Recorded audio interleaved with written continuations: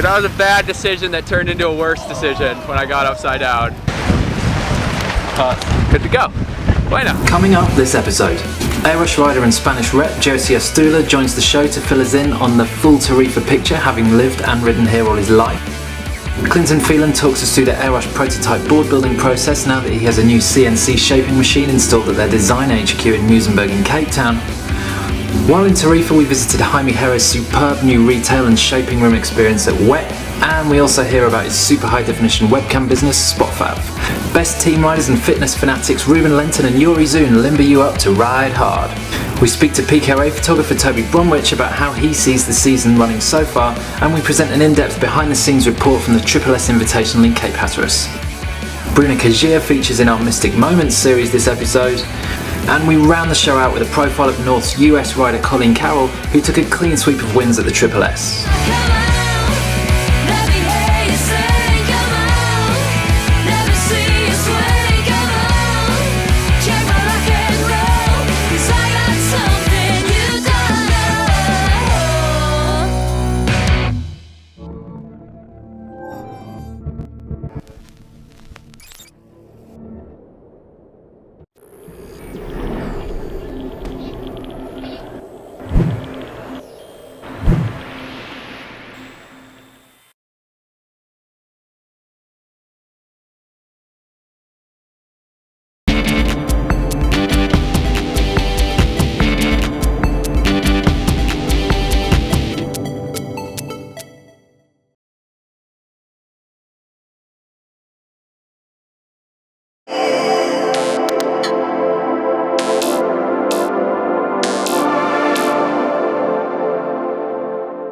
Hi guys, welcome to episode 10. We're really pleased to have made 10 episodes, but we're also really pleased that we launched our special new iPad app. So those of you with iPads, I hope you're enjoying this episode. We are here in Tarifa. We're on a very windy rooftop, joined by Jo Ciastula. Right, mate. Long-time resident of Tarifa. Jo grew up here from a little boy. He's been kitesurfing here for many years. Your dad shaped windsurfing and kitesurfing boards here from the 90s. So, I mean, you've pretty much seen everything come and go in Tarifa, haven't you? Yeah, gone from small fisherman's town to what Tarifa is now. Yeah, definitely. It's a great place to grow up and can't complain. Yeah, windy, sunny, nice girls, good parties. What more can you want? Let's go. So we are on top of a brand new restaurant called Silos 19. It's not actually open yet, so we're really lucky to be able to shoot from here. But obviously it's got great views over the city. It's located right in the Old Town, so those of you who know Tarifa, the Old Town wall is literally just here. The entrance to the town, and this part of the Old Town is full of loads of old restaurants. It's got a really traditional feel. It's got a really Spanish element to it, and I think that's why a lot of people love to come to Tarifa, because that element doesn't change. Yeah, this is the real Tarifa. Like outside of the walls, it changes because it gets bigger and bigger, but this place stays the same. All the little restaurants, the old little streets that southern Spain is known for. This is where you see it. Yeah, definitely a must. When does it get really crazy? Probably from the middle of June until last week in August is when Tarifa is ridiculous. I mean, on the water you can have 1,000 kites in the air. It's a sight to see, and really good fun. Yes, but yeah, the night it probably goes from about 10,000 to 30,000 people. The space they call it kind of like the beach resort. Well, because it's like a ski resort. Well, it gets so hot in land, doesn't it, that all the Spanish people, young people, come here and just spend time and party and really.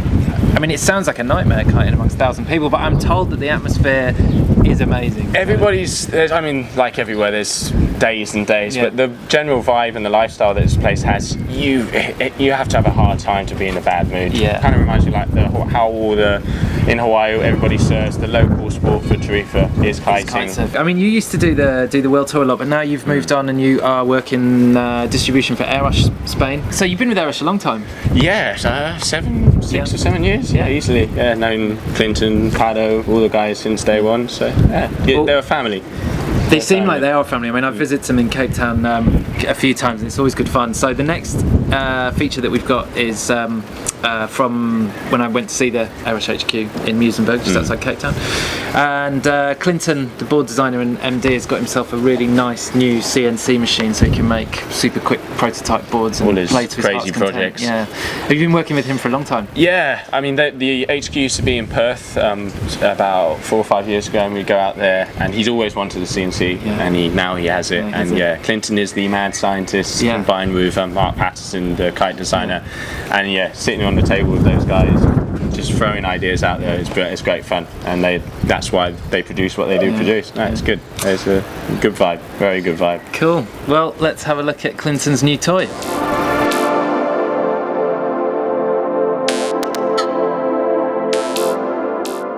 So we're here today to look at the CNC machine that you've just got for your twin tips. You've had one for the surfboards for a little while.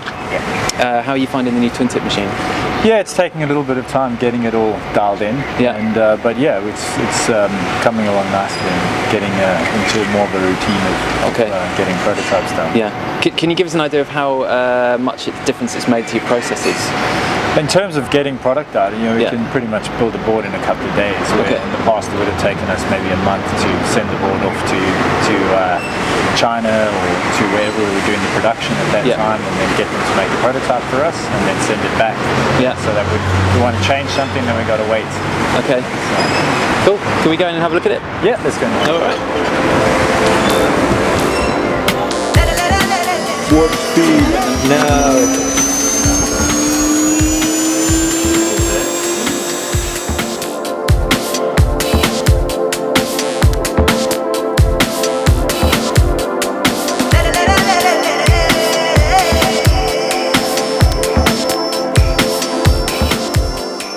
Okay, so basically we take the feedback from either our test team or the riders and what we want to change on the board, and then from there we'll create a computer file to give us an idea of what we want to improve. We'll put that into the file and create the toolpath from the 3D model. So once the toolpath is created, then it will cut the cores and the molds.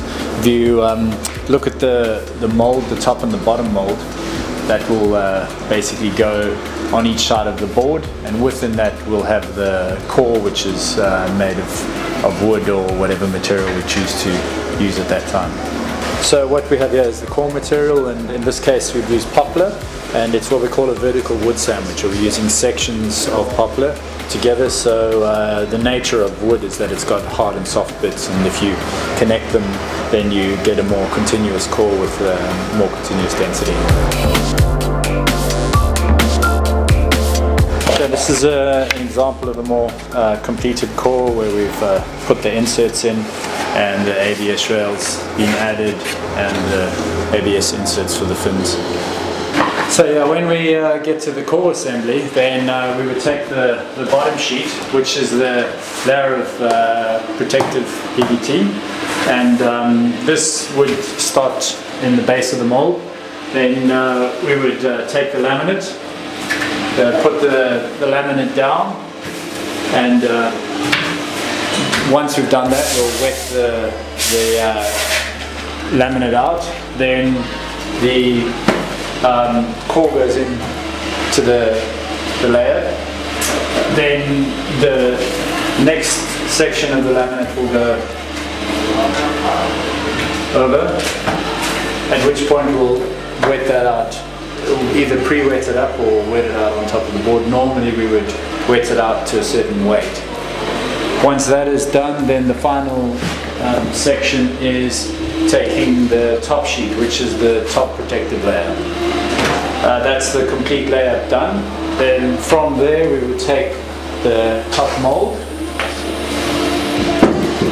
and then the top mold will be positioned with the locators onto the total laminate. So that's everything ready to go before it goes into the press.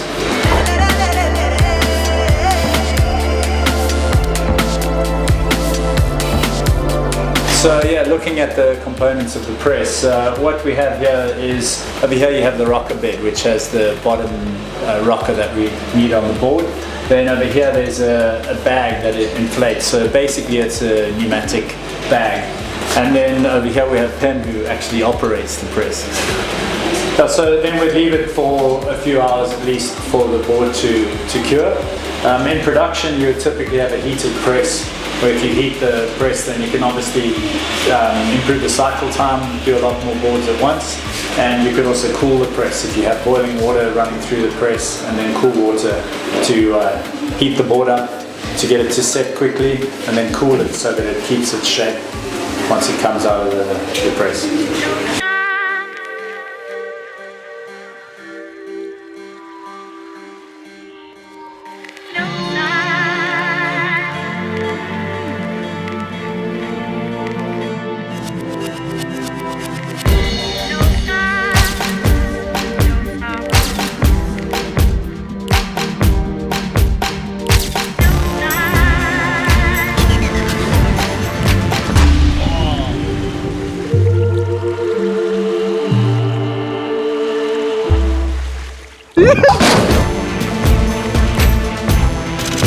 Just one more.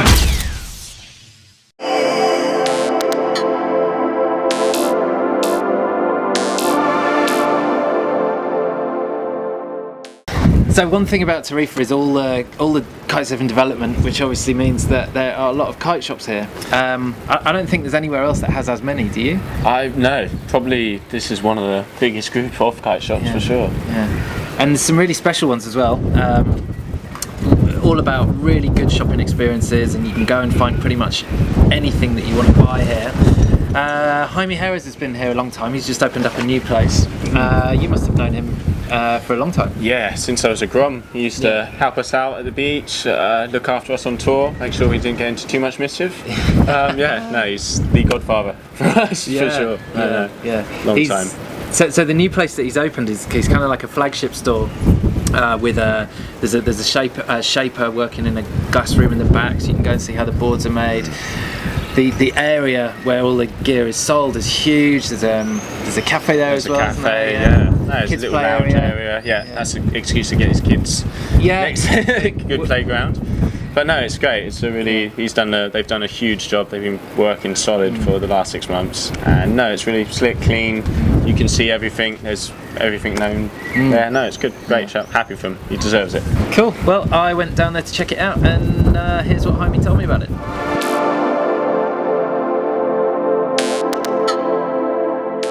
This is a really interesting project we've been working on for the last year. Okay. And it sort of like goes along the lines of what our customers need in year 2013.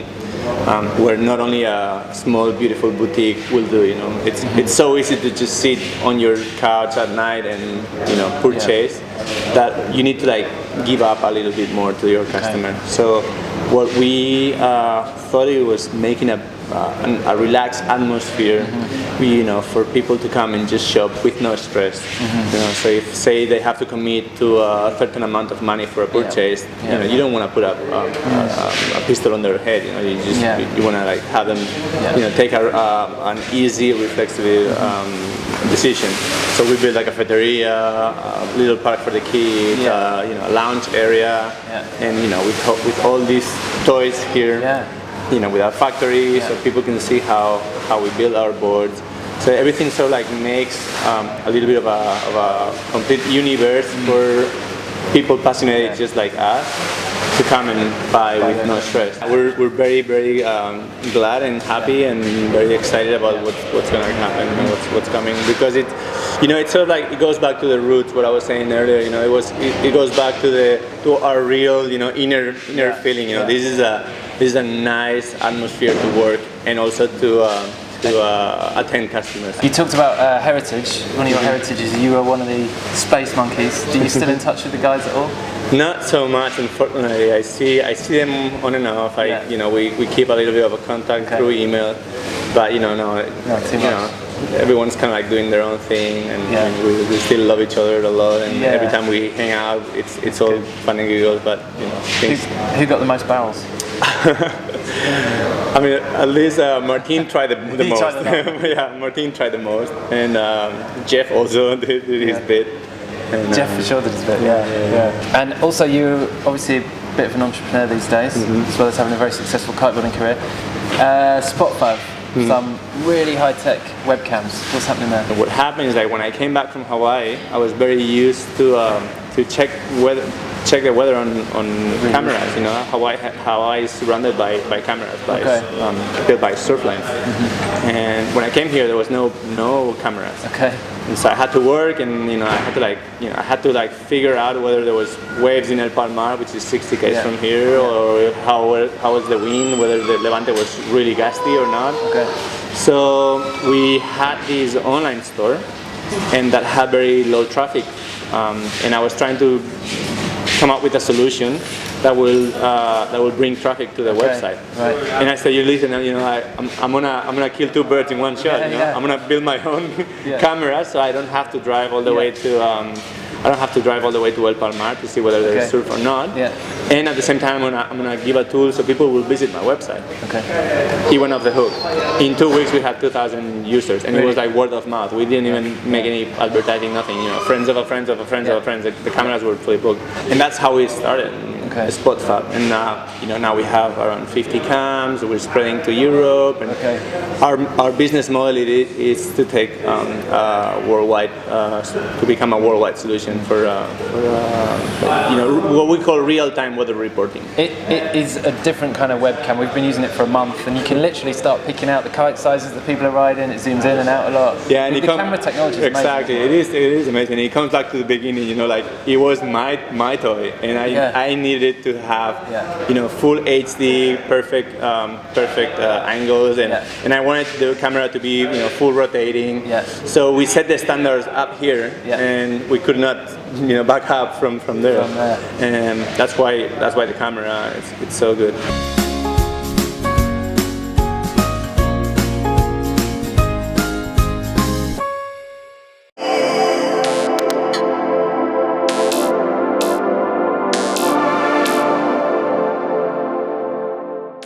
Well, up next we've got a feature with Ruben, who uses the TRX equipment, packs up really small, can take it travelling with him really easily. He's definitely a fitness fanatic, and he's joined this time by his new teammate Youri Zoon, who he shows a few exercises, and we'll see how they get on.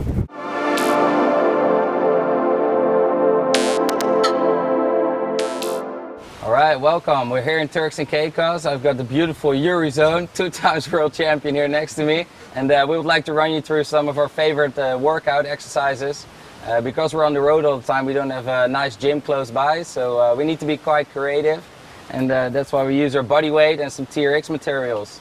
So let us run you through some warming up exercises, some exercise for the legs, and core stability, because that looks good on the beach and that will make you score some patches and land some good tricks. So let's do this, buddy. That's on. Alright, so for the warming up, we do the hesitating flamingo, I'd like to call it. It's basically a one-legged exercise, and you just raise the other leg up and down 20 times each leg. Then the core gets nicely warmed up, and the leg too. The ankle gets nice and stable. And you really want to focus on that core stability, right? And keep your hands up. Keep the breathing going. Might look a bit weird, people might look at you, laugh at you, but in the end you're laughing and stomping your tricks, so that's what matters, right?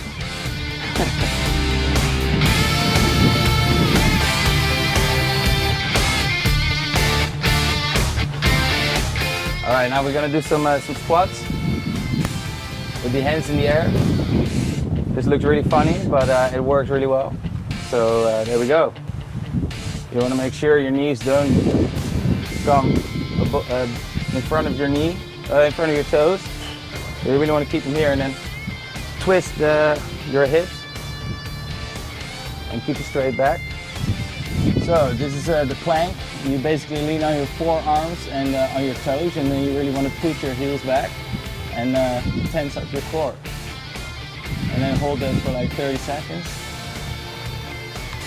And we have a sideways plank. And if you're pretty comfortable doing this, then you can always lift one leg up. Always stick to like 30 seconds, that's fine.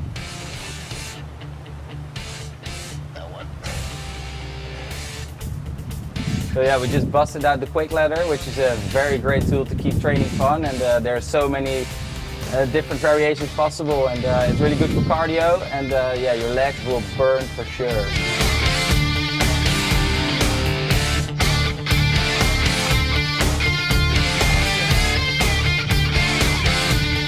Look at the speed he's got going there. Yeah, Youri, come on, bro.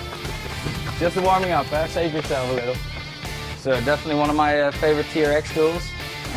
We'll show you a few exercises that we like, but there's so many possibilities for full body workouts. But here, Youri, why don't you show them the back?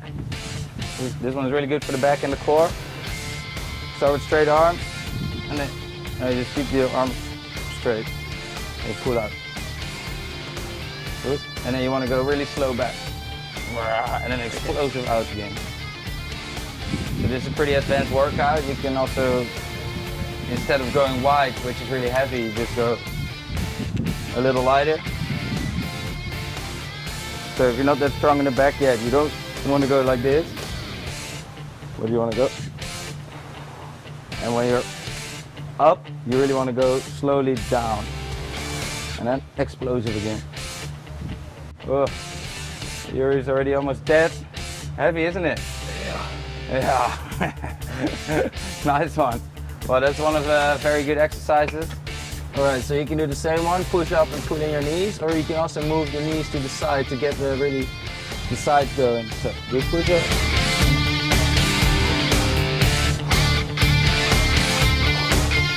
All right, so this one is really good for the back as well. I got my feet a little elevated to make it more heavy. There we go. Whoop. And when you're on top, you really want to go slow down again and then explosive up. So we all know how important your legs are when you're kite surfing. So we got Youri here demonstrating the one leg squat. It's a very good exercise for the overall leg stability from the ankle and the knee, and also to get the quads and the hammies going. You keep your other leg straight, and you go as low as you can, or what is comfortable. And you always want to make sure that you focus on the balance point on your foot. I really had to realign how I land, how I walk, how I do everything. You don't want your knees to go in front of your toes, so always keep a line, and otherwise you got to adjust somewhere else in your body. But don't make your knees go further than your toes. That's always very important. So another variation on this exercise, once you've got this going, I do it with 2 legs, but it's for a very explosive result as well. It's the jumping.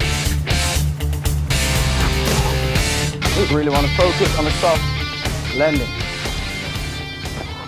All right, this is for the more advanced people under us, because this is very heavy, very explosive, especially on the hamstrings. First time I did this exercise, for 3 days I was in pain, like walking like this. But it's basically like a one leg squat, and then you jump up, and then you land on the next leg. Check this out.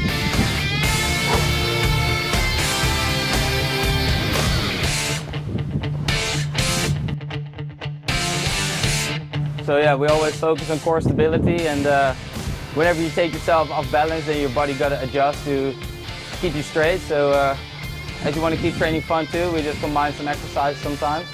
So right now we're going to do some push-ups and hand claps, and that way your core has got to adjust whenever you lift your hand up.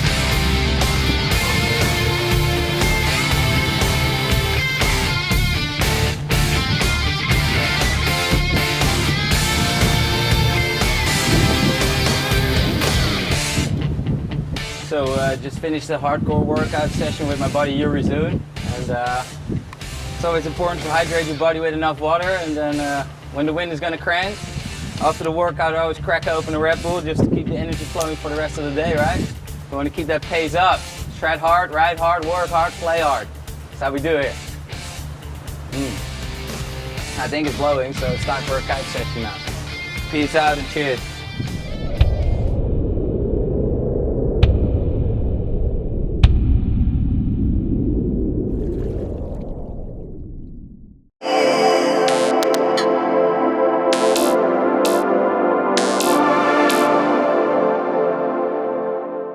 So you obviously used to do the world tour. Are you keeping up with the progression of it now? Yeah, no, definitely try to keep up as much as possible. It's pretty easy now, isn't it, with the live stream that the guys are doing? I think they're doing a really good job with it. No, it's a great tool. No matter where you are, if you're sat in your office or any part of the world, you can see all the root for the team and see all the guys going at it. No, it's a great, brilliant tool. And I think they did a really good job in Le Cat at the Mondial de Monde. I mean, obviously it was really windy as well, and a certain Aaron Hadlow made his comeback. He did, yeah, with a point. No, good. I mean, Aaron strong win. He's always Mr. Slick in those conditions, and 5-time world champ. Proved it again. There he is, back on top. No, definitely hasn't lost it. Definitely. Yeah, no, it's good to see. Great to see him back, making the world tour really exciting again this year. So here's the world news, starting with an interview that I did with PKRA photographer Toby Bromwich.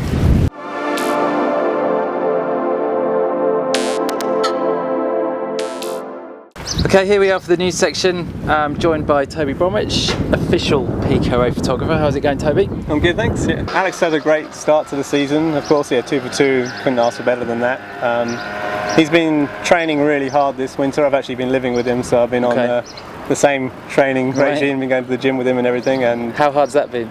It's been pretty brutal, but once you get into it, it's it gets easier. But I think you can really see that in his riding, and he's not getting as tired during heats and things like that. So he seems quite confident going into this year. And I think Mark Jacobs, I was speaking to him, he's been doing a lot of training, and he's working with some guys who are developing New Zealand athletes. So he's really stepped up his consistency. So he's going to be quite a dangerous one this year. He's already beaten Youri and Aaron Hadlow. So Youri, I think, has had a little bit, of bad luck with the kite tangle incident, and definitely had some work to do, like climbing back through the doubles. And he also drew Aaron in that heat in France. Yeah, I think it's going to be the way that you're not going to have perfect events every event. So it's a long season, so there's going to be plenty of time for those 4 to be battling it out. Yeah. And Aaron, it's great to see him back. I mean, I wasn't too sure if he was going to come to France. I think he's still working on his injury. He said he's not feeling 100%. But I mean, you can see as soon as he gets on the water, he's not really lost any of the competing experience that he's had. So he looked confident, and he knew what he was doing, and he knew he was doing enough to get through each heat. And I think for him it was a test, just to see how he was going to go. He knows he's still got work to do, and I think he's going to be really dangerous when he's at 100% health. Yeah, the top 3, I mean, I'd say they're a little bit ahead of the rest of the girls, but again, like Manuela Jungo and new rider called Paula Novotná from Czech Republic, and she's riding really good and solid. So I think she's her first year on tour, but I think with a little bit of experience, she's going to be knocking on the door of the top 3 as well. Good, well, sounds exciting. Look out for Toby in the next episode. We're going to be filming a feature all about his favourite pictures that he's ever taken. And coming up now, we've got the rest of the world news. The Founders Kite Club held their first event at the Movenpick Resort in El Gouna, Egypt, between the 20th and 26th of May, in order to help its entrepreneurial members make business connections and discuss central entrepreneurial problems, but also, and more importantly, to kitesurf together with world champions and best pro team riders Youri Zoon, Christine Boise and Lewis Crathern. Kite Show editor Craig went along and caught up on the action.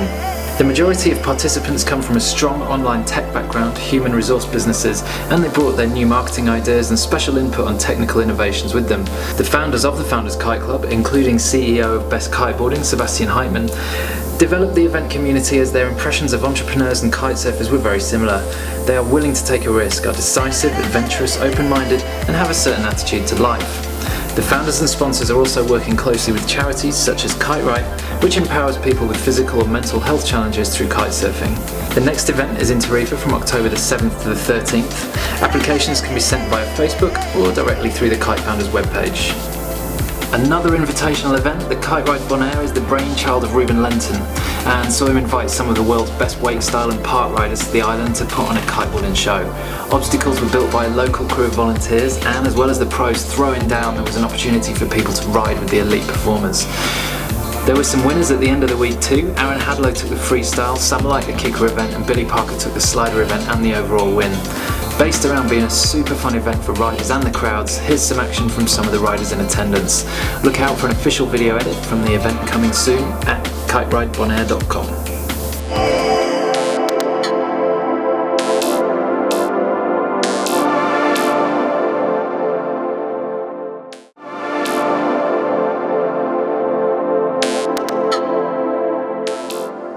Over the last 7 years, the Triple S has grown to become the sport's leading wake-style, slider and surf combo event run by Real Kiteboarding in Cape Hatteras.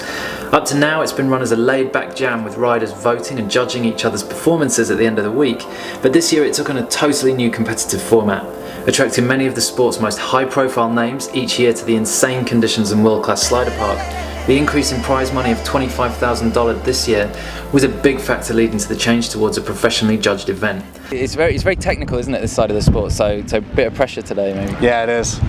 But I think it's great, and we're calling it the Triple S standards, and hopefully it's something that people are stoked about, and it'll be a good clear way to sort out the competition, because it's really, sometimes when it's like these best guys, the best riders in the world, it's tough to sort out who's who. They'll get 2 rounds each, and it'll be the top 3 from each heat advances, and then we'll have a final.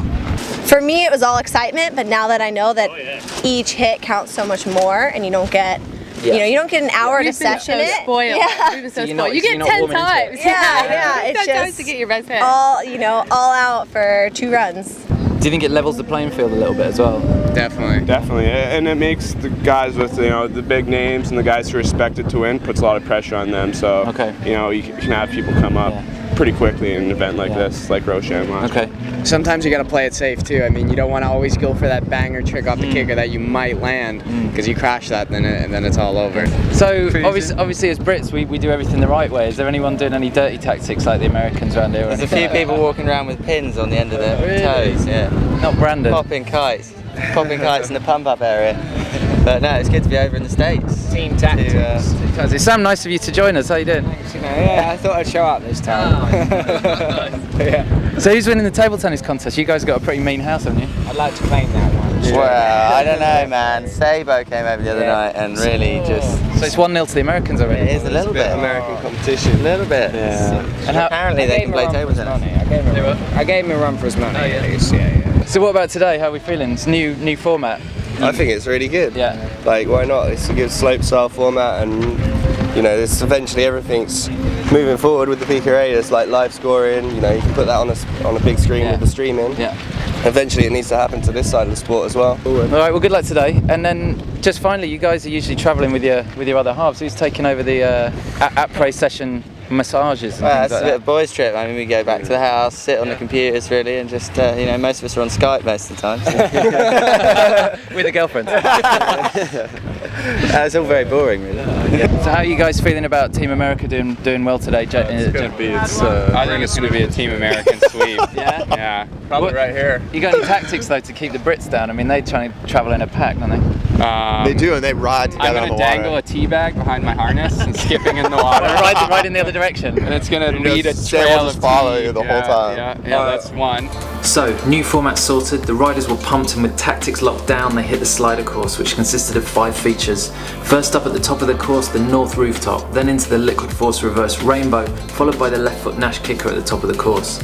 Then onto the right foot for the immense John Wayne Cancer Foundation slider, and finally, right next to the crowd and in front of the other competitors, a big punt off the Decline Kicker. Day 1 saw ideal conditions with riders on 10 to 12s, good weather and plenty of spectators out on the dock catching the action. Heats were crammed in back to back until gone 8 PM, and the final would be run first thing the next morning. Right, so we're literally straight off the water after your final. Yep. How are you feeling it went? It went okay. The last run I got a little overpowered, so it was a lot harder to complete my heat, but it was fun. Felt better than yesterday. You seemed a little bit disappointed yesterday when you came off. Yeah, because I wasn't getting good hits on the rails, I think because of the wind direction, but it kind of switched a little, so it was a lot easier to get it all the way across the rails today. So you can kick back and watch the boys now? Yeah, I'm going to kick back and watch. Who is your money on? It's looking like a pretty intense final. I'm going to go with Hadlow. He's always been my favorite. I don't know. Oh, good call. Yeah. Right, Brandon, all's going to plan, made the final. How are you feeling this morning? I'm feeling good. My throat hurts a little bit, but other than that, I'm feeling great. A little bit to do with that crash you had yesterday. Yeah, I think I bruised my trachea somehow. Ooh. I think I took a lip and neck. I feel like took most of the impact. A trachea injury. I'm not sure we've had one of those. No, I think it's a kiteboarding first. So how many guys we got in the final going in now? We should have a 9-man final. Okay. We're gonna get 2 runs each through the park, and best score counts off each feature. So it'll be a total of your 5 best hits. Yeah. Pressure's on. Do you think we're going to see anything new today? Triple S is always about progression. Is this format allowing for that? It's hard, right? I think now you'll see a lot of people pushing it because it's like either all or nothing at this point. Yesterday, I think people were trying to not play it safe, but make sure they made it into the next round. So I think you're going to see a lot more today. I'm sure Eric has some things he wants to do. I'd like to land a P5. I don't think anyone landed one of those yesterday. Close, but no takers. So that would be a good one. Did you get a dum-dum yesterday? First time? I did. Yeah. Really fun trick. We stoked with that. Yeah, really fun trick. I've been doing them. I learned them off the cable with Billy this spring, and then just kind of took them over to the kite when we got here and started riding on the features. By the way, decided everyone's going to have practice, so I'm going to let you go. Yeah, we gotta go. Say hi. All right.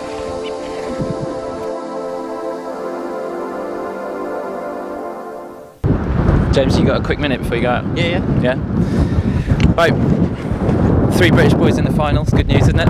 It's always good news, yeah. Make up a third of the final in an American event. Yeah, right. We've got a good chance. How's the finger? You look like a nasty injury you had yesterday. Yeah, it's alright. It's kind of... Doesn't help with passes though, does it? Doesn't help with much, no. But it could have been worse. It'll be alright. Does it feel like a long time when you stood up waiting for your run? It's different. Obviously, you can see guys just lined up, and it feels like forever until you come back around again. Yeah, it's a long. I don't think normally you have to wait any time that long. Like normally, if you have to wait that time, you won't even have a kite up. But in the same way, it's kind of. I don't know. That's where all the banter comes in. And yeah, right. Is there a bit of banter going on? Always, yeah. Nice. There's a lot of psyching out with the Yanks and I've not really been in a heat with any of the other British guys, so I've been on my own so far. But now we're a bit more level, so see if we can take a few down. And results for the slider event would be revealed along with the surf and slicks at the final night's prize giving. Day 3 saw the surf contest run in just about adequate surf, but it was definitely contestable, and a demonstration of the range of conditions on offer in Hatteras. Here's Jason Slezak just ahead of his semi-final and with some more background on the history of the event. It's good to see the guys doing loads of crossover, isn't it? All the Waystyle guys. I mean, that's why we started the Triple S originally. You know, surf, slicks, and sliders are the 3 S's. It's really the 3 main disciplines that, you know, I personally and Trip and everybody at Reel has always stood behind. It's also what we have the best conditions here for. We're really unique to be able to have the flat water and shallow water to set up a slider park, having the islands to create a slick, and then having the whole Atlantic Ocean open to us from almost every direction for wind. So it really shows off what Cape Hatteras has. And then the riders that have always been invited and are still kind of perpetuating the Triple S are those people that cross over. You know, they ride boots, they ride strapless, they throw down on the flat water, they love riding the park, and it's really that feeling and vibe is why we created the event, and it still, you know, holds through to everybody that's here. When the surf event concluded, the entourage moved quickly to the south of Hatteras Island to a spot known as the Washout to finish off the slicks final that had started the day before but had been rained off with a storm. The action was intense, as this is a more even playing field with much less local bias coming into play. But let's save the exciting action for that contest just a little longer till we catch up with the winner.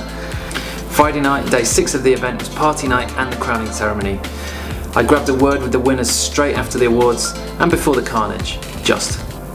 It's hard to pick one moment, you know, like the whole week has been pretty epic, to be honest. I mean, it's easy to say, but it actually has. We had win for the first almost every day. I mean, we've barely had a day without win, so it's been such a productive competition. Seeing all the media that we captured, all the heats going like to plan, like everyone was happy. You know, it's really good to finish an event and please everyone. Feel like that. Day 1 sliders was pretty good conditions though, wasn't it? Day 2 in the final was a little bit more gusty, temperamental. It was tricky as well because we had the heat the day before and then straight into the final the day after. We were on different kites. It was a little bit rainy, a little bit gusty, so it was hard to go straight into the final like that, which made it even closer. And with the new format, all the heats were really close anyway, so it was cool.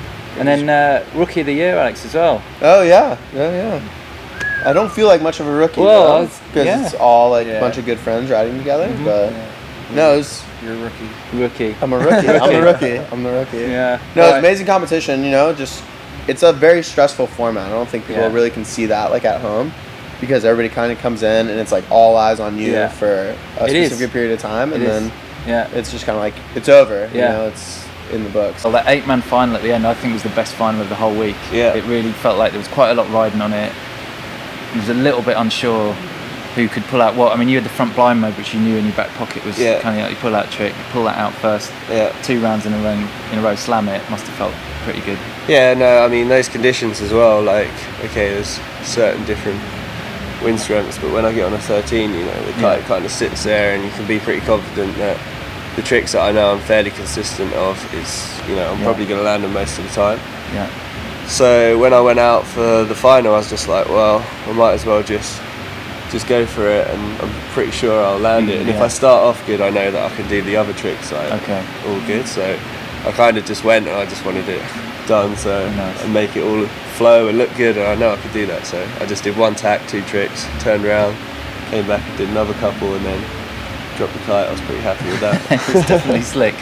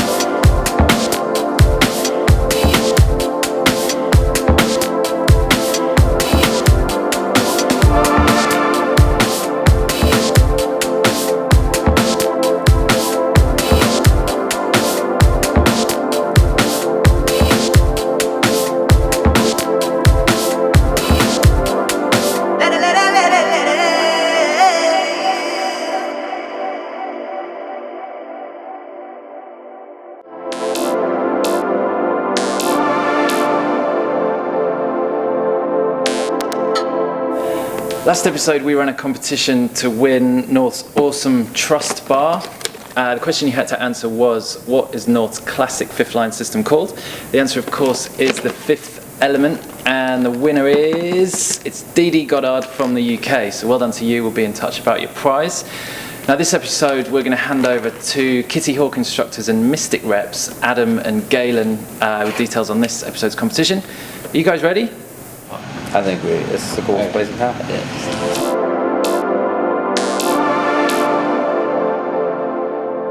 So in this episode of the Kite Show, we're going to be giving away a Mystic Majestic harness and a Mystic Majestic wetsuit. The wetsuit that we're going to show you is the gray color. The wetsuit you're going to be receiving is the blue. Similar to this blue. Yes. This is the new 2013 Mystic Majestic harness. It has the same high quality that you can come to expect from Mystic. The harness, the biggest difference of this harness this year is the 360-degree pre-curve shape. It also has the memory foam technology, which is new to this year, which is going to provide you maximum support and comfort in this harness. Some of the other features that I would say that we have is the new high-tech low torque clicker 3.0 system. It has the new spreader down system that attaches to the clicker. So 1 click, and that quick, you're in and out of the harness.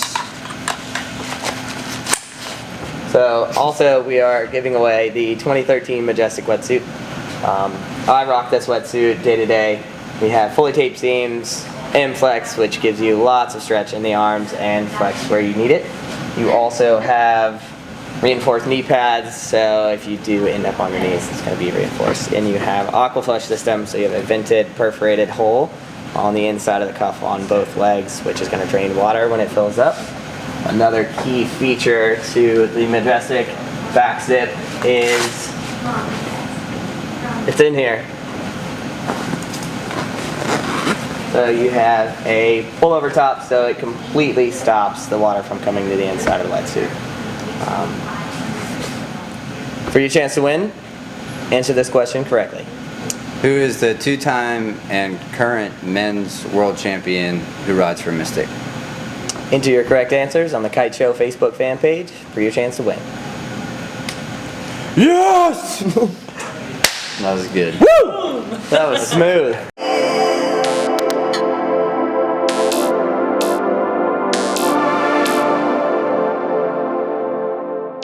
Mystic Moments is a series that we're doing with our series sponsor Mystic, obviously, and we're featuring some of their top riders who are telling us a little bit about some of their favourite moments in their career. So up next we've got a feature with Bruna Kajiya, who is going to be talking about the moment she was the first girl to land an NIS. What do you think about what her and other girls are bringing to kiteboarding? I mean, the girls are really carrying it forward now as well, aren't they? They're pushing it for sure. They don't hold back. I think Bruna was probably one of the first to start really pushing the unhook and the power envelope a bit. I'm starting with all the handle passes, and yeah, I reckon one of the most stylish girls out there. She stomps any of the moves and can give a guy a run for the money any day. So no, it's good to see the girls pushing it, and yeah, I guess they'll just get better and better. Yeah, so, no, good. Let's hear from Bruna.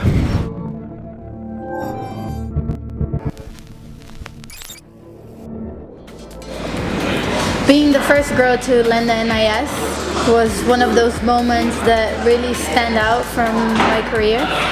I'll carry it with me for a long time just because of the meaning of it. Landing that trick really represented so much more.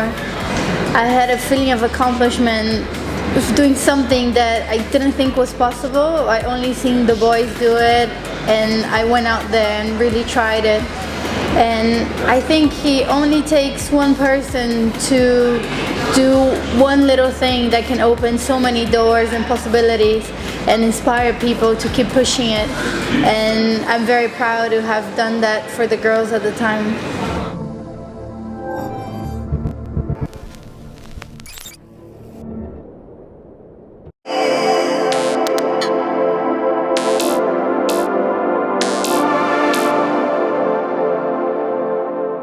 Thanks for joining us today, Joe. What are you up to now? I think we're going to grab a beer, aren't we, mate? Let's do that. We'll make it a grande. Yes, definitely.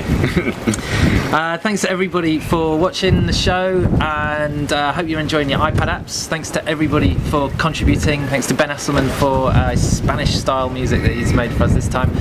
And also thanks to the guys at Silos 19, the restaurant that we've been shooting at today. Make sure you check it out when you come to Tarifa. And we will see you next time.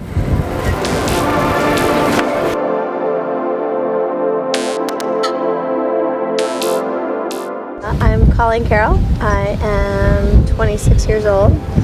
I grew up in a town outside of Seattle, Washington, and I now call Hood River, Oregon home. So as of this last fall, I ride for North Kiteboarding. I'm really stoked to be on their international team, and I'm also riding for the Ion Essentials international team, as well as Sensi Bikinis, my bikini sponsor. So I first started kiting technically a really long time ago, like 2001. My parents were windsurfers and I was trying to learn to windsurf as a kid, and then we saw this new thing called kiteboarding start up in the gorge. It was a little crazy, and I didn't actually take to it right away. It seemed like a lot of gear to me, and I was really into snowboarding. So it wasn't until actually my last year of college in 2008 that I kind of took to it again, met some people, and actually got my own equipment and was able to kind of stay and ride upwind. So that's how I started kiteboarding. I'd say my favorite thing about kiteboarding is going out and sessioning with friends. I spent a lot of time riding with teammate Craig Cunningham, and as well as some of my girlfriends, Sensi Graves and Claire Lutz. And it's really, really fun to just get on the water, ride with friends, just kind of feed off that energy of each other. So if I'd have to choose one thing, that's probably my favorite thing about kiteboarding. My favorite trick, it's really hard for me to say one favorite trick. But I'd have to say that learning the scarecrow off the kicker in my first heat was really, really fun, and after I did it once, I just kept wanting to go back out and get that feeling again.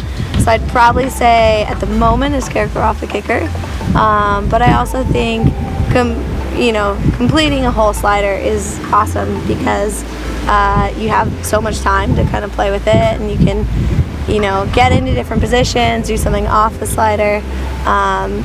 So a good solid slider hit always feels really good. I mean, for me personally, I love to have other women on the water because you can get more motivated from them, I think, because I see a guy do something and they muscle it around, they pull it super hard, and they say their words of encouragement are go bigger, go harder, go faster.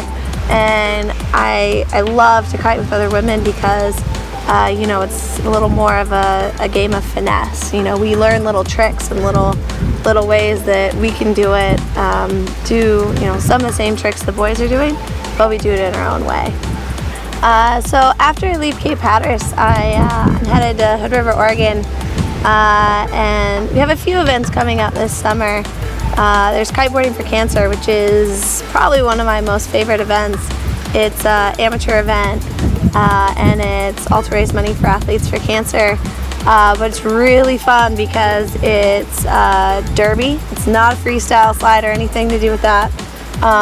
It is a derby race. So I think last year we had over 200 competitors, and it's a 6-hour endurance race. So it's a great time. We raise a ton of money. I'm really looking forward to that one. And then I'll also be hitting up the Canadian Nationals up in Squamish in August.